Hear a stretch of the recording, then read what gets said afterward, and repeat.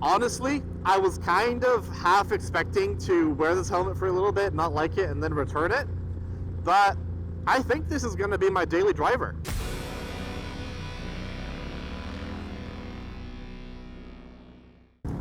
Hello, hello, everybody. Hope you're having a great day today. Today, we're going to be talking about my first ride impressions of the Ruroc Atlas 4.0 helmet. So, while I'm saying this is a first ride impression, this isn't a truly first ride. This is probably my third or fourth time riding with this helmet. I wanted to get a little bit of experience before I recorded this video, so it's a little bit more comprehensive across different types of environments. So I took this on my normal routes. I rode on this on the highway while I was commuting for work. And so now I'm ready to kind of talk about some of my initial impressions riding with this helmet. So if you didn't watch my unboxing, I recommend you check that out, as it's going to talk a little bit about why I bought this helmet. So one of the main reasons is it quiet? I'm coming from the RF 1200, and I always thought I was going to get the 1400 until I saw that this helmet could be quieter than the 1400. That's kind of what led me to try this helmet out. And I can say it is definitely quieter than the 1200 for sure. I've never worn the 1400, so I can't talk to that end. But from the 1200, the Ruroc 4.0 is certainly quieter. It's not by a massive significant margin, but it is noticeably quieter, and that's nice. Riding right now, I can definitely say the vents work. Even if I turn my head, I can definitely feel more airflow going into those vents and hitting my face. So depending on the wind direction and where you turn your head, you can feel more airflow coming through those vents. So that feels pretty nice. And you can close this front vent, you can close the top vent up here. While with the 1200, you could close the front, the top, and the back vents and everything else. 9 times out of 10, when I would want to close those vents, I'd already be on the road and forgot about closing them. So it's not that big of a deal for me that I can't close the side vents, because even if I did have it there, realistically, I would probably forget to close them before I'd go ride. But this one, it's pretty easy just to close, open. So even with the gloves, this one you can reach back, open, close. So you can close these vents pretty easily. Whereas with the 1200, you can close the front one pretty easily. But I always had a hard time closing the top one. I could certainly not get the back one. In terms of comfort, this helmet is pretty comfortable. I have worn it, to try and break it in. I've worn it for about an hour, and I noticed that one of my ears was pretty sore. But I think that was just because it got stuck in between the padding where it shouldn't be. So the second time I put on the helmet and I moved it around a little bit more, then it felt like my ear kind of found its place, and I haven't had that problem since. Putting on the helmet though, because I do wear earplugs all the time, getting the helmet on and off with earplugs is a bit difficult. Either the padding will push the earplug out, and so I either got to take off the helmet and put the earplug back in and try again, or it puts a lot of pressure on my ear and it really hurts getting the helmet on and off. Once the helmet is on, then it's fine. It's just that transition of getting the helmet on where the padding is really running over your ear. That's when it really hurts. And I do have the decibels earplugs in, so those are pretty hard. Once you mold them, they get really stiff and really hard. So that's what's hurting. But if you're wearing silicone earplugs or the foam earplugs, you're gonna be fine.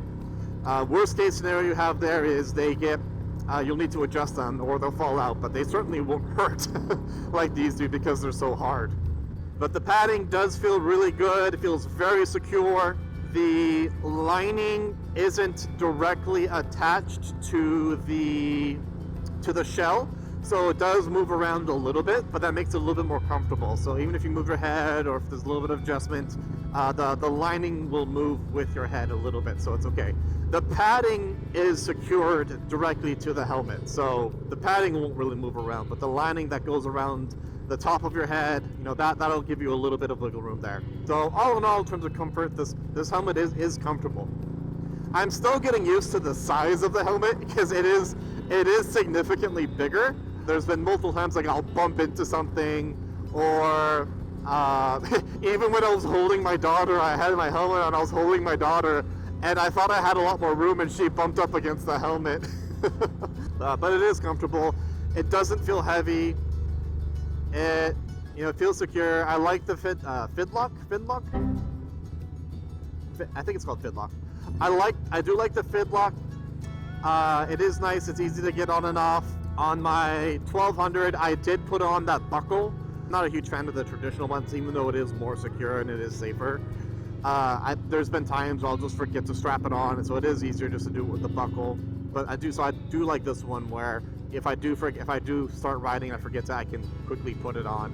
Now you may notice I did put my cardo on here, and that's because my cardo is still going strong, and so I didn't feel the need to purchase the Shockwave. Even though it is integrated and everything else, I figured, why spend more money on something I don't explicitly need, and I don't really care about it being on the outside that much. When this dies, I may consider doing the Shockwave, but until then, I'm perfectly happy with my cardo. Squirrel. That would have been a dead squirrel if I didn't move. You know, and in terms of the communications aspect, the cardo will do a better job of that compared to the Shockwave, so I'm perfectly fine with that, so I'll talk about that later on. In terms of the audio in the helmet, everything sounds really, really good. I do really like, this was something I did not talk about in my unboxing because I didn't know about it. I really appreciate the fact that Ruroc put in Velcro over where the speakers would be, and there's even a little spot for Velcro where the microphone would be.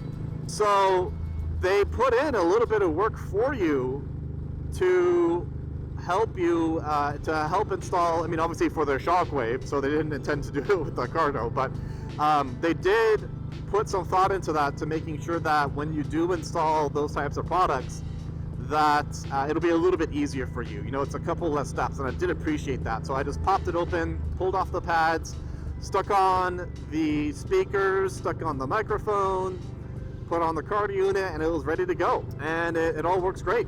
You know, getting this visor on and off, you know, it's pretty simple, pretty easy to do. So all in all, I'm very impressed with this helmet. You know, I'm kind of liking it more than I thought I would, because I've been very wary of Ruroc's helmets because of all the hype. I have a couple buddies who have Ruroc helmets, and they have not been too happy with them, just from the noise, from the padding, from just stuff not working, not fitting properly, just a lot of production issues, right? And I will say, for my helmet, you know, there are some production issues, like the ventier is not even, the padding in the back. So there's the padding, and then there's a little the popper that's what attaches to the helmet. The padding and the popper became separated, and so I had to go back in and fiddle with it to get the popper back into the padding so I could actually secure the padding to the helmet. So just a few small things, but nothing that's really a massive deal breaker. I will say the only thing that has absolutely not worked is something that's a little bit surprising. The pin lock visor did not fit on any of the visors, or the pin lock insert, I should say, did not work on any of these visors. When I put it in, it's like it was too big. It was folding over itself, and it actually started to crack on the side. I didn't ride with it. All I did was install it, and it was starting to crack because it was too big. It was putting way too much pressure. And I did try to adjust the tension with the insert. So you can pop these out, you can twist them a little bit to add or remove a little bit of tension. I tried that, did not work. I tried it with the smoked visor that came with it, didn't work there. So I reached out to Ruroc, and they're going to ship me a new one, so maybe it was just an issue with the insert itself, but we'll see. but that's really the only thing that right from the get-go has not worked. I will also say that, you know, when I was putting in the cardo, getting the pads in and out was a little bit of a hassle. It was definitely not as easy as the Shoei RF 1200. That one was a lot easier to get in and out, mainly because one, that little popper came out of the padding, so I had to get that back in, whereas that could not happen with the 1200 because the popper part is a part of the padding as opposed to a separate piece. So that was a little bit annoying, but you know, at the end of the day, how often are you really taking out your padding and everything else? So it's not that big of a deal, but that was just something that was a little bit more of a hassle than I expected. One thing I will also mention is the first time I did go riding with it, I did hear a lot of the rattling in the back where the shockwave should be. It's the plug for there. So I just popped open that little flap, and it's magnetic, so you can just push on it and it'll open up.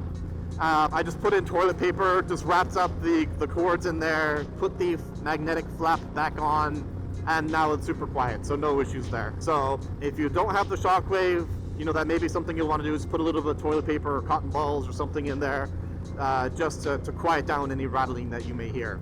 But all in all, you know, I've had a very, very, very positive experience with this helmet, and I'm happy with it. But in terms of, you know, opening the visor, closing the visor, it sounds really good, feels secure, very easy to do. You know, everything is kind of where you expect it to be. It feels very comfortable over time. So I've had absolutely no real comfort issues with it. Really, the only thing is that pin lock visor, but otherwise, everything has been very, very positive. And like I said, I'm surprised at how much I like it. Honestly, I was kind of half expecting to wear this helmet for a little bit, not like it, and then return it. But I think this is going to be my daily driver. This is going to be the helmet I'm going to wear for all my rides going forward. I do love the color. You know, I was not expecting it to be as purple as it is, but I like purple, so that's not an issue for me. It won't go with my new bike as well. Unless that bike also happens to be surprisingly purple, but I don't think that's the case. I'm pretty sure it's going to be more blue than purple. But you know, that's not a bad thing. You know, I do like this. It stands out a little bit. I think it looks really cool. I like it a lot. So, all in all, I'm happy with this. You know, it's a good feeling helmet, and I hope it will continue to perform over time. I will do a long-term review with this helmet. Probably after I get a few thousand miles on it, I'll do a long-term review, see if anything's changed. And I hope to never have to test the safety of the helmet with the ECE rating. I hope I never have to test that out and find that out firsthand. So otherwise, you know, I've had an overwhelmingly positive experience with this helmet. If you got any questions or if I missed anything, leave a comment down below. Otherwise, be brave. Do good, take care of yourselves, and we'll see you in the next one. Have a good one.